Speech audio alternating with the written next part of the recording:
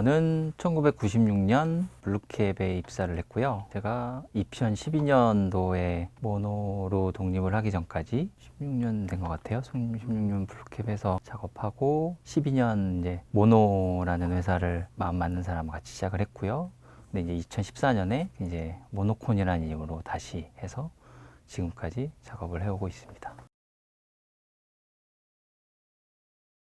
영화파 후반 사운드 파트를 나눠보자면 뭐 대사, 폴리, 효과, 앰비언스 뭐 요 정도로 크게 나뉠 것 같아요. 제가 그 인턴 시절 통해서 그 이제 주로 이제 앰비언스랑 효과 작업을 이제 그 이후로 많이 이제 블루캡에서 담당을 했는데요. 그 계기라면 그 블루캡의 김성범 대표님의 이제 아마 미국 스승님이실 거예요. 존 모리스라는 분이 계세요. 그분이 이제 블루캡에 초청을 해서 한국에 한번 오셨었는데 내가 아마 시리를 개봉하고 나서일 거예요. 1999년 아니면 2000년 그 사이인 걸로 기억이 드는데 그 존 모리스 씨가 오셔서 처음 하신 게 이제 한국에 있는 한국 영화들을 보고 싶어 하시더라고요. 그래서 보고 나서 그분이 하신 말씀이 이제 제 굉장히 뇌리에 남는 말이 그거였어요. 한국 영화들은 사운드 되게 열심히 잘하시는 것 같은데 야, 앰비언스를 되게 중요하게 생각하는 것 같지 않다. 전체적인 믹싱에서.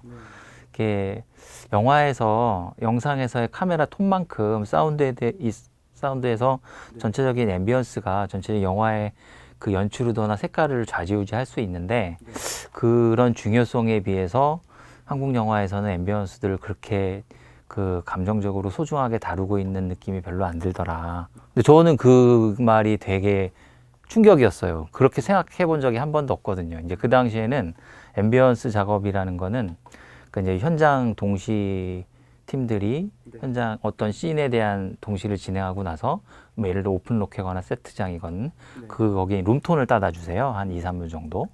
뭐 예를 들면 뭐 씬 26 뭐 했고 주택가 뭐 안방 앰비언스 뭐 이런 식으로 해서 그 씬에 관련된 소리들을 매 씬마다 이제 따주시곤 하셨는데 앰비언스 작업이라는 게 그 씬에 맞는 소리를 거기에 얹고 그리고 이제 예를 들어 감독님이 의도 주고 여기는 비가 좀 더 왔으면 좋겠어요 하면 이제 자료집에서 빗소리 찾아서 좀 더 넣고 요 정도였단 말이에요. 근데 이제 그분 얘기를 듣고 그러니까 전체 영화에서 각 씬마다 어떤 공간에 대한 설계들을 해주면 예를 들면 그 캐릭터의 집에 맞는 이 사람이 쓰고 있는 뭔가에 맞는 뭔가를 만들어주는 것들이 대단히 영화에 도움이 될 수도 있겠다. 그래서 그때부터 아마 되게 고민을 많이 하면서 작업을 시작했던 것 같아요. 접속, Tell Me Something, 뭐 유령 이런 작품들을 하면서 이제 그런 고민들을 많이 시작해본 것 같아요. 잠수함이라는 게 영화가 한국에서 기획된 적이 없잖아요. 지금도 사실 뭐 최근에 강철비 2 빼고는 없었으니까 그 유일한 거는 그 당시 아마 크림슨 타이드라고 그 유명한 영화가 유령이 나오기 전 얼마 전에 나왔어요. 근데 도대체가 뭐 잠수함에 대한 정보도 없고 하다못해 그냥 뭐 그냥 느낌에는 그냥 얄팍한 지식에는 핵잠수함은 뭐 잠수함들은 소음이 서로 적에게 들키지 않는 게 생명이라 뭐 조용해야 되고 뭐 이런저런 얘기들이 있어서 그거밖에 없으니까 잠수함이 도대체 물속을 다닐 때 무슨 소리가 나는지 엔진 소리가 어떤 건지 아는 정보가 하나도 없잖아요. 그래서 이제 크림슨 타이드 그땐 DVD도 없고 VHS 테이프를 샀어요. 그 테이프 마그네틱이 다 손상될 때까지 본 것 같아요. 뭘 느껴야 될 거 아니에요. 그래서 이제 그 영화 워낙 뭐 잘 만든 영화니까. 근데 우연찮게 그 예전에 이제 믹스라는 월간지가 있었어요. 외국 잡지였는데요. 이제 그게 이제 그 오디오 뮤직이나 이쪽에 이제 그거에 관련된 거를 만드는 잡지였는데 거기에 이제 크림슨 타이드 팀 인터뷰가 특집으로 나온 걸 제가 우연히 봤어요. 근데 이제 그 팀들이 되게 재밌는 얘기를, 그러니까 정보를 되게 많이 줬어요. 거기 보면 그분들의 고민은 그 책을 보고 되게 많이 배웠는데 그분들이 요지는 그거였죠. 실제 잠수함은 아무 소리가 나지 않는다. 하다못해 잠수함 아까 말씀드린 것처럼 적에게 들키지 않는 게 목적이다 보니까 하다못해 옆에 사람과도 이렇게 손을 가리고 얘기를 한다는 거예요. 절대 큰 소리 내지 않고. 한국의 그 해군 잠수 요원들은 그리고 이제 옷 재질도 이런 면 소재만 입는데요. 그러니까 이런 뭐 이렇게 소리가 옷소리 자체가 나지 않아요. 예, 바스락거리가 안 나고. 그리고 신발도 고무신을 신는다는 거예요. 그리고 복도 자체도 다 카펫이 깔려 있대요. 소리가 날 수 있는 거를 다 차단하는 거예요. 그러니까 근데 그게 영화적인 설정으로는 재미가 없잖아요. 크림스타이드 보시면 덴젤 워싱턴이 초반부에 잠수함 타가지고 운동하는 장면 있잖아요. 막 그 엄청나게 넓은 공간 뛰댕기면 뭐 철판 소리 텅텅텅 나고 여기저기서 막 출항 준비하면서 막 이렇게 뭐 그 선원들 소리 지르고. 근데 그거는 영화적인 거짓말인 거죠. 실제로는 거기 보면 다 구두 신고 뛰잖아요. 맞아요. 그리고 그 유명한 장면, 지네크먼이 연설하는 장면 있잖아요. 대원들한테 우리가 지금 어떤 상황에 처했고 세계 3차 대전의 위기에 그 명장면들이 다 뽕인 거죠.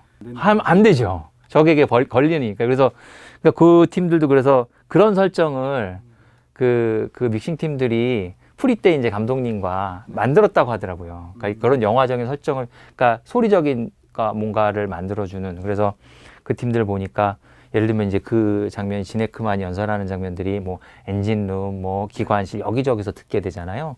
그런 것들을 예를 들어 이제 지네크만 씨 목소리를, 그러니까 실제 스피커들을 요만한 것부터 큰 것까지 막 쪼아다 놓고 그 대사를 거기다 틀어놓고 그거를 마이크로 받았다고 그러더라고요. 그래서 이제 그런 공간의 다양함을 주는 거죠. 예를 들면 요 방은 요 스피커, 뭐 예를 들면 예를 들어 기숙사 숙소는 뭐 이런 스피커. 그래서 이제 각 방의 설정들마다의 소리적인 특성을 만들어주는 작업. 그래서 이 공간들의 다양함, 뭐 이런 것들을 느끼게 해주고 싶었다. 그래서 저는 그게 이제 그분들이 많이 쓰는 영화적 리얼리티. 물론 이제 장수함을 실제로 탄 선원분들은 뭐라고 하겠죠. 저게 말이 돼? 엉망이야 이러겠죠. 야, 이게 말도 안 되는, 야, 무슨 잠수함에서 저런 연설을 하고 구두 신고 뛰댕기는 게 말이 돼? 이렇게 하겠지만, 관객이 볼 때는 그러니까 이제 그분들이 그런 표현 많이, 미국 그 헐리우드 팀들이 그런 표현 되게 많이 쓰더라고요. 영화적인 리얼리티. 이제 그게 어디까지일 거냐. 그 텔미 썬신 감독님이 장윤영 감독님이셨잖아요. 네. 그러니까 이제 생각해보니까 이제 장윤영 감독님의 첫 작품이 접속이셨고, 그리고 제가 아까 말씀드린 것처럼 접속을 하면서부터 아마 앰비언스를 좀 이전보다는 다르게 생각을 해봤던 것 같아요. 그래서 그때 이제 기억나는 건 지금 그 접속상에서 한석규 선배님이 하시는 공간은 그 화이트 컬러의 인테리가 사는 약간 차가운 공간, 그리고 전도연 씨가 머무르는 공간은 누가 봐도 따뜻한 마음이 가진 사람이니까.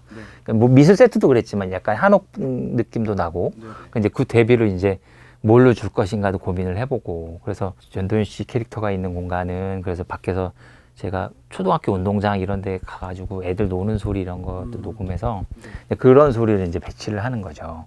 바깥에 뭔가 애들이 놀고 있는 소리, 뭐 이런 아이들의 소리는 언제 들어도 밝고 따뜻하니까. 그래서 이제 상대적으로 뭔가 서민적이다 이런 느낌을 만들어주고, 그리고 이제 한석규 선배님이 하신 공간은 방송국 PD잖아요. 이제 그분이 머무르는 곳은 왠지 이제 오피스텔 같은 곳이었는데, 그리고 대부분 배경이 밤이 많았어요. 먼 차가운 차 소리, 샥 하고 지나가는, 그죠? 그 소리들이 깔리고, 그래서 그런 소리를 갖고 이제 대비를 주는 거, 이런 거를 고민해봤던 것 같아요. 사용하고. 이제 텔미 썸씽 같은 경우는 이제 아마 그게 이제 느와르였잖아요. 연쇄살인범에 관한 얘기기도 하고, 특히 이제 연쇄살인범이 살인을 벌이는 그 공간, 이런 것들이 나올 때 전체적으로 이제 영화가 설정상 비도 많이 오고, 그 심은하 씨가 연기하신 그 살인이 이루어지는 공간을 한석규 선배가 방문을 했을 때 비가 오고 있었거든요. 이제 그 공간들이 그때는 지금 같으면 제가 이렇게까지 해야 했나 싶을 정도로 이제 방의 배치도를 촬영 앵글을 보면서 그렸어요. 거실이 여기 있고, 아 카메라 여기 가니까 안방이 있네. 아 저기 지금 모니터를 테레비를 틀어놨구나. 아 이쪽에 창문이 하나 있네. 그래서 이제 사실 앵글이 돌아갈 때마다 그 앰비언스를 다 바꿨어요. 그러니까 예를 들면 오른쪽에 이제 요 장면에서 오른쪽에 창문이 보이면 아 여기는 비가 쭉쭉 떨어지는 소리를 패닝을 해서 집어넣고, 예를 들면 카메라가 뒤집어졌을 때는 그 소리를 바꾸고, 뭐 이런 식으로. 그러니까 매 컷마다 소리를 바꾼 거예요. 그때는 근데 장윤영 감독님도 그거 되게 좋아하셨어요. 그러니까 야 이건 해보지 않은 시도인데 나쁘지 않은 것 같아. 그래서 되게 좋아하셨는데 제가 몇 년 전에 네. 부르게 그만둔 지 꽤 됐죠. 영국인가 어디서 텔미 썸씽을 DVD를 출시하신다고 네. 사운드 리마스터링 한다고 이제 원본을 달라고 하시더라고요. 그래서 이제 그걸 끄집어내서 음. 그림 없이 한번 쫙 들어봤는데, 네. 어우, 못 들어주겠던데. 그러니까 네. 제가 지금 들었을 때는 그 씬에 무언가를 하기보단 기술적인 거에 막 집착한 것 같은 느낌이 드는 거예요. 그러니까 뭔가 정서를 만들어줘야 되는데, 비가 주는 정서, 뭔가 살인이 일어나는 공간에 대한 음침함, 뭐 그런 거라기보다는 어떤 기술적인 것들에만 집착하는 느낌이 들고, 과연 이게 맞았나? 그러니까 뭐 지저분하다는 생각도 다시 들어보니까 들고, 그러니까 이제 소리를 들어보니 아 이게 어느 씬인가는 대충 알겠는데 네. 그렇더라고요. 이게 어찌됐건 이제 그런 시도들을 하면서 이제 제 나름대로의 영화에 있어서의 앰비언스가 어떤 틀을 가져야 된다는 거를 고민하고 정리를 해본 것 같기는 해요. 그래서 저한테는 텔미나 접속 유령들이 공부하고 이렇게 배움이 됐던 영화인 것 같아요.